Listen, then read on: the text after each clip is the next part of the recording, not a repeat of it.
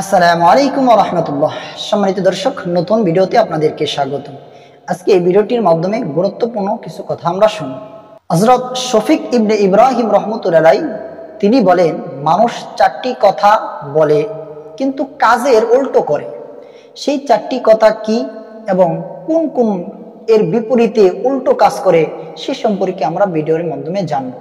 অতএব ভিডিওটি না টেনে পুরো ভিডিওটি দেখার অনুরোধ থাকবে এবং ভিডিওটি শেয়ার করার মাধ্যমে অপর মুসলমান ভাইদেরকে জানানোর সুযোগার্থে শেয়ার করার অনুরোধ থাকবে।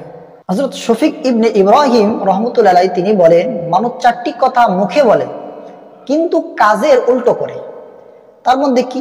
নাম্বার 1, প্রত্যেক ব্যক্তি বলে আমি আল্লাহ তাআলার বান্দা, কিন্তু এমন কাজ সে করে যে কাজের মাধ্যমে সে বোঝায় যে আমি কারো বান্দা নয়, কেউ আমার মালিক নয়।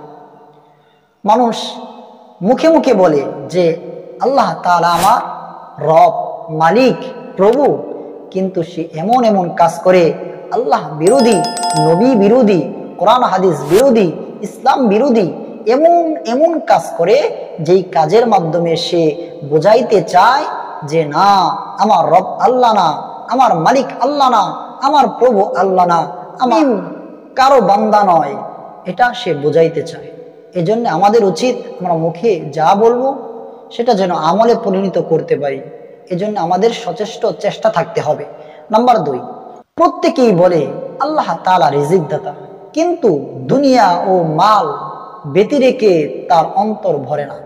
অর্থাৎ কিছু কিছু মানুষ আছে যারা বলে থাকে আল্লাহ আমার রিজিক দাতা, আমার সব কিছু স্রষ্টা আল্লাহ তাআলা, আমাকে রিজিক দেয়, আমাকে খাওয়ায়, আমাকে পড়ায় আল্লাহ।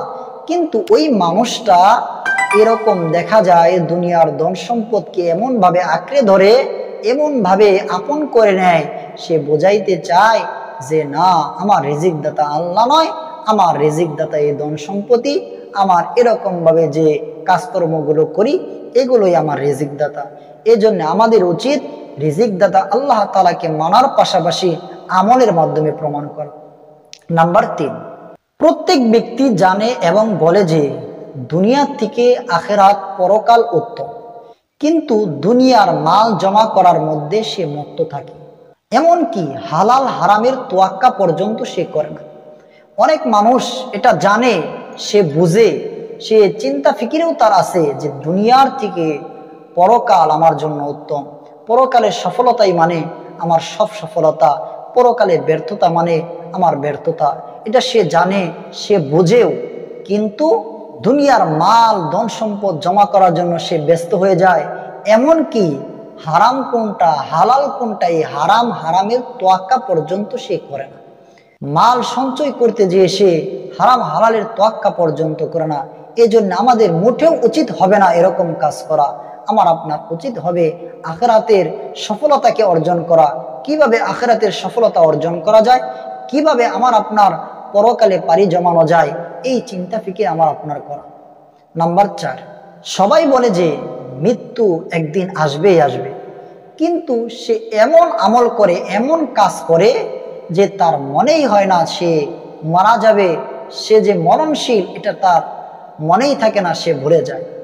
এজন্য আমাদের উচিত এটা হবে না যে আমরা মুখে মুখে বলবো মৃত্যুবরণ করতে হবে আর আমলে আমরা দেখাবো যে না আমরা মরবো না, এরকম করা যাবে না। সম্মানিত দর্শক, অনেক মানুষ রয়েছে যে তারা এরকম ভাবে মুখে মুখে বলে যে আমার মরতে হবে, দুনিয়া থেকে আমাকে চলে যেতে হবে, এটা সে মুখে মুখে বলে, কিন্তু এমন এমন কাজ সে করে যে কাজের মাধ্যমে সে প্রকাশ করে যে আমার মরতে হবে না, আমার মরণ নাই।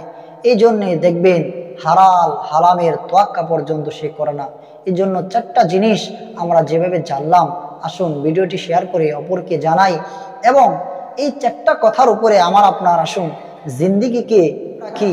আল্লাহ তাআলা অবশ্যই আমার আপনার জীবনের মধ্যে, হায়াতের মধ্যে, পরকালে অবশ্যই সফলতা দান করবেন।